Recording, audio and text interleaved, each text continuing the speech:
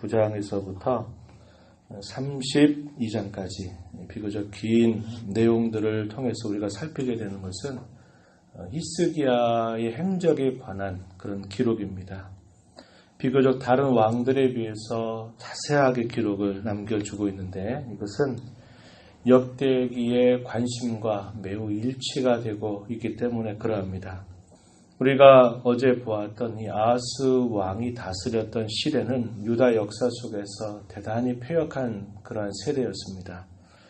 우리가 어제 읽었던 말씀을 한번 잠시 가서 보면 28장 23절 한번 가서 한번 보실까요? 28장 23절, 24절, 25절 보면 그가 어떻게 하나님 앞에 범죄하였는가 하는 것에 관한 간단한 기록을 우리가 살펴볼 수 있는데 그가 공고할 때 나라가 큰 어려움 가운데 있게 될 때 그는 더욱더 여호와께 범죄했는데 어떻게 범죄했는가 23절에 보면 자기를 친 대적나라의 신 다메섹 신들에게 제사하여 이르기를 아람 왕들이 신들이 그들을 도왔으니 나도 그 신에게 제사하여 나를 돕게 하리라. 자신을 친 나라의 신을 섬기겠다고 말한 겁니다. 얼마나 완악한 태도일까요? 그 신이 아하스 온 이스라엘을 망하게 하였다 이렇게 표현했습니다. 그가 여기서 어떻게 하는 24절 보면 하나님의 전의 기구들을 모아 하나님의 전의 기구들을 부수고 또 여호와의 전 문들을 닫고 예루살렘 구석마다 제단을 쌓고 각 성읍에 산당 세우고 다른 신들에게 분향하고 그럼으로써 여호와 하나님을 진노하게 하는 그런 악행을 저지르게 되었습니다. 그 다음에 일어난 왕이 바로 히스기야 왕인데 히스기야 왕은 이 무너진 성전들을 다시 수리하고 닫아버렸던 그 성전의 문들을 다시 열고 하나님을 등지고 우상으로 기울었던 그 나라의 종교를 다시 회복하는 일들을 그가 하게 됩니다. 그래서 이것이 역대기에서 대단히 중요한 관심사이고 그래서 이 부분에 대한 상세한 기록들을 우리에게 전달해 주고 있다라는 겁니다. 그의 할아버지였던 요담은 비교적 여호와 하나님 앞에 정직하게 숨기는 일들을 감당하게 되었고 그의 아버지였던 아하스는 우리가 본 바와 같이 대단히 패역하고 악한 왕으로 기록되는 그런 악행을 하나님 앞에 저지르게 되었고요. 히스기야는 그 아버지가 잘못되게 삐딱하게 만들어 놓은 그 나라와 종교를 다시 바르게 세우는 일에 앞장서서 귀한 일을 하게 된 것입니다. 우리가 사람은 태어나서 살면서 자신이 자라는 환경이나 또 자기 앞에 주어져 있는 그 삶에 대해서 영향을 안 받을 수는 없습니다. 그러나 그 영향이 분명히 영향을 받는다 그래서 그럼 자기에게 주어진 그런 책임을 감당할 수 없느냐? 감당할 수 있다고 하는 겁니다. 환경의 영향을 안 받을 수는 없지만 그 환경을 탓해서 그 환경 때문에 어쩔 수 없다라고 말할 수는 없다는 겁니다. 환경에 상관없이 하나님 앞에서 자신에게 주어진 삶을 또 자기에게 주어진 책임을 얼마든지 극복해서 감당할 수 있다라고 하는 것을 히스기야의 삶은 우리에게 잘 보여주고 있는 것입니다. 과거의 잘못을 그저 답습해 갈 것인가 아니면 그 잘못을 거울 삼아서 새롭게 극복해 갈 것인가 하는 그런 기로 앞에서 히스기야는 무너진 나라를, 무너진 종교를 다시 세우는 일을 감당하게 됩니다. 그는 그런 앞선 시대에 참으로 어둠과 같이 짙게 깔려 있었던 그 어두움을 열어 제치는 그 일에 있어서 매우 좋은 예를 보여주는 그런 왕입니다. 그래서 그는 가장 먼저 자기가 왕이 되고 나서 한 일은 아버지가 이런 성전의 문을 닫아버리고 그 하나님을 예배해야 될 그 자리에 다메섹 신을 섬긴 이런 악행들을 다 버리고 개혁하는 일들을 먼저 시작하게 됩니다. 히스기야가 왕에 오를 때 나이가 25세라 그랬고 그가 예루살렘을 다스리는 것은 29년 동안 다스렸다 이렇게 말합니다. 그의 통치에 관한 간략한 요약은 2절 말씀에서 우리가 확인한 것처럼 그는 그의 조상 다윗의 모든 행실과 같이 여호와 보시기에 정직하게 행했다라고 이렇게 알려줍니다. 그래서 그가 왕이 되고 난 다음에 해가 바뀌는 첫째 해 첫째 달, 그가 가장 먼저 한 일이 뭐냐면 여호와의 전 문들을 연 것입니다. 왜요? 그의 아버지 아하스가 닫아버렸다 이 말이죠. 하나님과 함께 할 수 있는 길 자체를 아예 차단시켜버렸습니다. 그의 나라의 어려움이 닥치고 자신에게 어려움이 닥쳐서 공고한 상황 속에 있을 때 대부분의 왕들은 그래도 하나님을 찾았는데 이 아하스 왕은 더 완악해져서 더 악한 길로 그의 마음을 향했던 것으로 보게 되죠.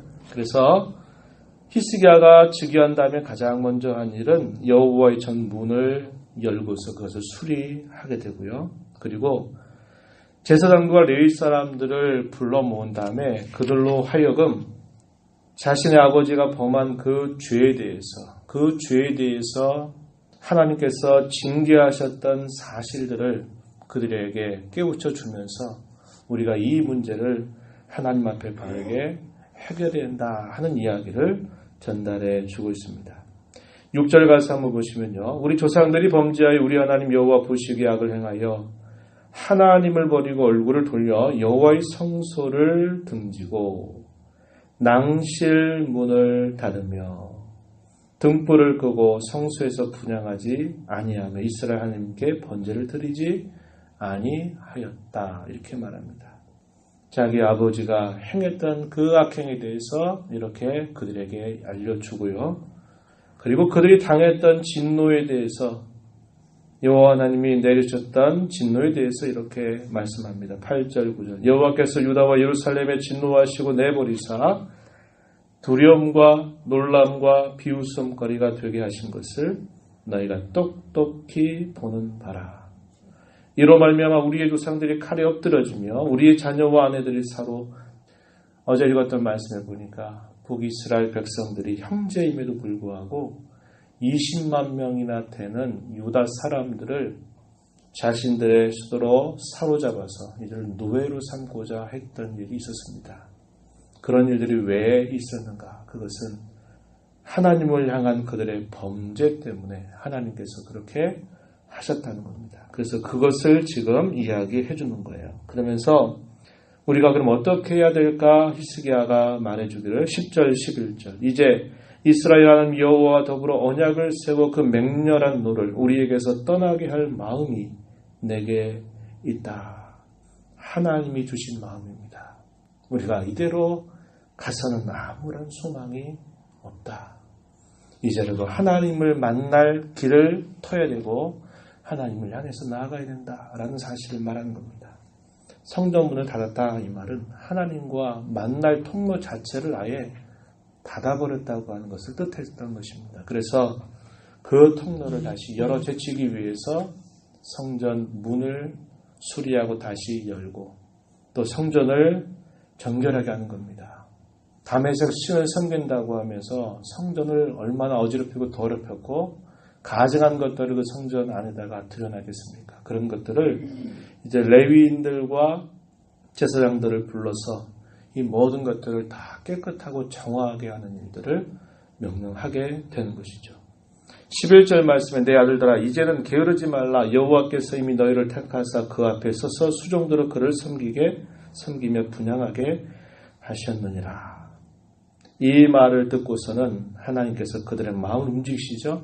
레위 사람들이 일어납니다. 대표적인 지도자들 명단이 12절부터 14절까지 쭉 소개가 되고 그들이 한 일은 먼저 자기 자신들을 성결하게 하는 일들을 하고요. 그 다음에 여호와의 전을 청결하게 하는 일들을 순서대로 하게 됩니다. 그리고 제사장들도 함께 그 일에 동참해서 일들을 감당하게 됩니다. 그래서 그것이 어떻게 진행됐는가 요약해 주기로 17절 보면은 첫째 달 초하루에 성결하게 하기를 시작해서 8일 동안에는 여호와의 낭실을 청결하게 했다. 낭실은 성전에 들어가도록 앞에 만들어 놓은 현관 같은 곳, 그걸 낭실이라고 말합니다.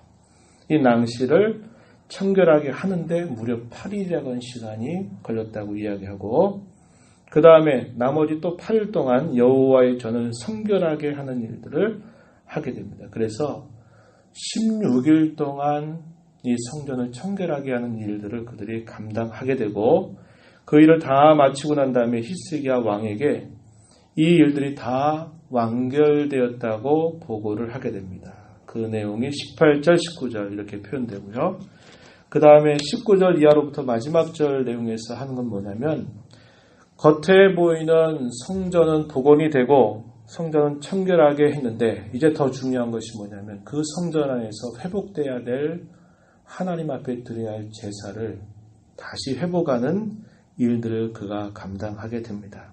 그래서 제사장과 레위인들을 통해서 제사 직무를 다시 회복하는 일들을 하게 함으로써 그들이 다시 하나님께 나아갈 수 있는 길을 분명히 열어제치게 된 것입니다. 그리고 여호와 하나님께서 다시 이 나라와 이 백성들을 하나님이 다스려 주시고 함께 하실 일들을 위해서 힘을 기울이는 그런 내용들을 우리가 볼 수 있게 됩니다.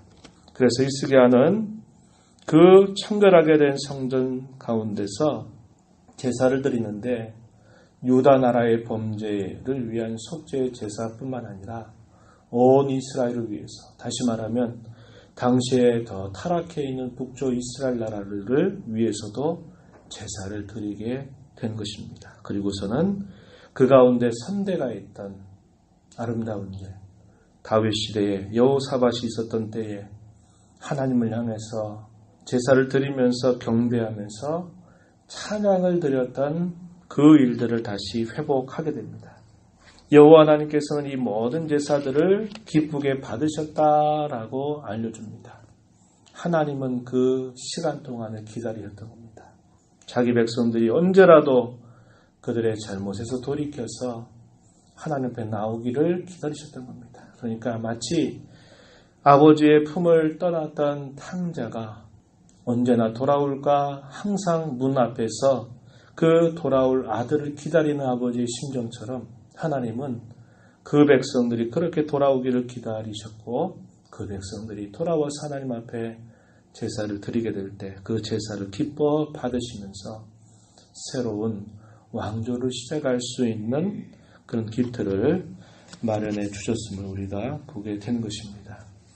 이러한 메시지가 이 말씀을 읽었던 가장 첫 번째의 성도들, 어떤 사람들이라고 그랬습니까? 바벨론 70년 동안 포로 생활을 마치고 그들이 유다 땅에 귀환을 했습니다. 그들이 받았던 70년이라고 하는 징계의 기간들, 그걸 마치고 하나님의 기적적인 역사로 예루살렘에 돌아오긴 했는데 예루살렘의 모습은 너무나 황폐하고 황무한 그런 상황이었습니다. 우리에게 다시 희망이 있는가? 하나님 우리를 다시 불쌍히 여기실까? 다시 우리를 회복시켜 주실 수 있을까? 이러한 마음을 가졌던 그 백성들에게 이것을 말해준 겁니다. 짙은 어두움이 깔렸던 그 시대로 끝이 나는 게 아니라 그 어둠 속에서 빛은 빛이었고 어두움이 지나고 난 다음에 빛이 다시 임하게 되는 것처럼 아버지 아하스의 그런 폭정과 악정과 그런 종교의 부패를 이끌었던 그 3대의 모습을 히스기야 왕을 통해서 개혁해 나오시고 회복시켜 주셨던 것처럼 하나님의 징계가 끝이 아니라 하나님은 또다시 우리를 회복시켜 주시는 분이시다. 다만 여호와 하나님을 찾고 하나님을 바라본다면 이 일들은 언제나 다시 될 수 있는 일이다. 이것을 이 메시지를 통해서 처음 이 말씀을 읽는 포로 귀환 이후에 백성들에게 이것을 전달해 주는 것입니다. 그것은 그 시대에 머무는 것이 아니라 오늘을 살아가는 우리 모두에게도 마찬가지다 하는 것입니다. 문제는 뭐냐? 공경을 당했다는 것, 공고함에 빠져 있다는 것, 그게 문제가 아니고 그것이 그런 상황들 속에서 하나님을 향하여 바라보고 하나님을 향해서 우리가 철저하게 돌아가고 주일날 받은 말씀처럼 정면 돌파해서 하나님 앞에 우리의 모습을 바르게 세워간다면 우리는 또 새로운 그런 회복의 은혜를 우리는 늘 경험하게 된다고 하는 것입니다. 이런 말씀을 우리 마음에 깊이 새긴 자로 하나님과의 관계를 점검하고 하나님과의 관계를 가로막는 것들이 무엇이었는가를 돌아보면서 하나님 앞에 바르게 나아가는 저와 여러분 모두가 되기를 진심으로 바랍니다. 하나님 아버지 감사합니다. 이 새벽 시간에도 저희들을 주께로 인도하셔서 또 말씀에 귀를 기울이게 하시고 그 말씀을 통해 주시는 교훈을 받게 하시니 감사합니다. 앞선 선대의 실수와 잘못을 끊임없이 답습해 갈 것인지 그것을 다시 극복할 것인지 기로 앞에 서 있을 때 히스기야는 그 모든 일들을 잘 극복해가는 좋은 모습을 보여주었습니다. 하나님과의 관계를 점검하고 하나님께서 다시 함께 하시기를 바라보면서 장애가 됐고 방해된 모든 것들을 다시 회복하는 일들을 힘써 감당하는 그런 모습을 보았고 하나님께서는 자기 백성이 언제라도 돌아오기를 기다리시는 그런 마음으로 언제든지 응답하실 준비를 하고 계시는 하나님의 모습을 저희가 살펴봅니다. 저희들이 살아가는 매일매일의 삶 속에서 늘 우리를 기다리시는 그 하나님 앞에 늘 나아가기를 힘쓰게 하시고 하나님과의 관계를 바르게 점검해 세워가는 복된 저희들의 삶이 되도록 인도하여 주옵소서. 은혜의 보호자 앞에 나와 간구하는 심령들을 긍휼히 여겨 주옵시고 기도 가운데 하나님을 배우는 시간 되도록 주장하여 주시옵소서. 예수님 이름으로 기도하옵나이다. 아멘.